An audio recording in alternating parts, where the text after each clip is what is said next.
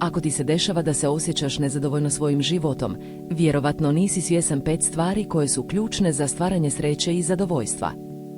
Na kraju ću ti pokazati kako lako možeš uključiti ove stvari u svakodnevni život i promijeniti svoj mentalni stav. Ja sam vaš domaćin i danas ćemo razgovarati o tome šta zaista čini srećnim čovjeka. Prva stvar koja je potrebna za sreću jeste pozitivna percepcija života. To znači da moramo naučiti gledati na stvari iz drugog ugla, iz ugla mogućnosti i učenja.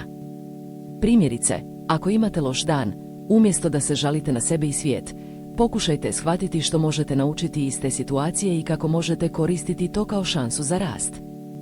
Ovaj mentalni stav će vam pomoći da se osjećate jačim i sposobnijim za suočavanje sa svakodnevnim izazovima. Druga stvar koja je neophodna za sreću jeste ciljevi.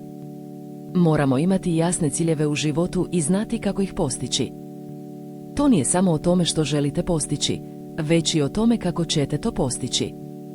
Na primjer, ako želite postići zdravlje, trebate imati plan koji uključuje redovne treninge, zdravu ishranu i dovoljno sna. Bez jasnog plana, ciljevi će ostati samo želje. Treća stvar koja je potrebna za sreću jeste podrška.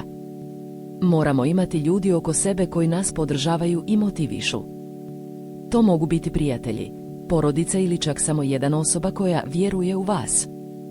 Poznati američki motivator naglašava važnost imanja podrške i kako ona može promijeniti život. Četvrta stvar koja je neophodna za sreću jeste samođa i samopouzdanje. Moramo vjerovati u sebe i svoje mogućnosti i znati kako se suočiti sa strahovima i nepouzdanjem. Na primjer, ako imate strah od neuspjeha, pokušajte shvatiti da svaki neuspjeh je šans za učenje i rast.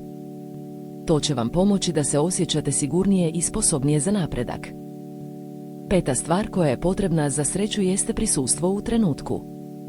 Moramo naučiti živjeti u sadašnjosti i uživati u malim stvarima u životu.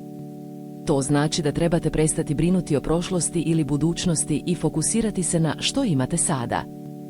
Na primjer, umjesto da se brinete o tome što ćete raditi sutra, pokušajte shvatiti što možete učiniti danas da se osjećate bolje. Sada ću vam pokazati kako lako možete uključiti ove 5 stvari u svakodnevni život i promijeniti svoj mentalni stav. To će početi od malih koraka, kao što je uzimanje malih pauza tokom dana da se fokusirate na disanje i prisustvo u trenutku. Možete također početi pisati dnevnik i bilježiti svoje misli i osjećaje. Ovo će vam pomoći da bolje shvatite sami sebe i svoje potrebe. Ako želiš da radiš na sebi i razvijaš mentalnu snagu, zapratite Snaga uma i uključite zvonče.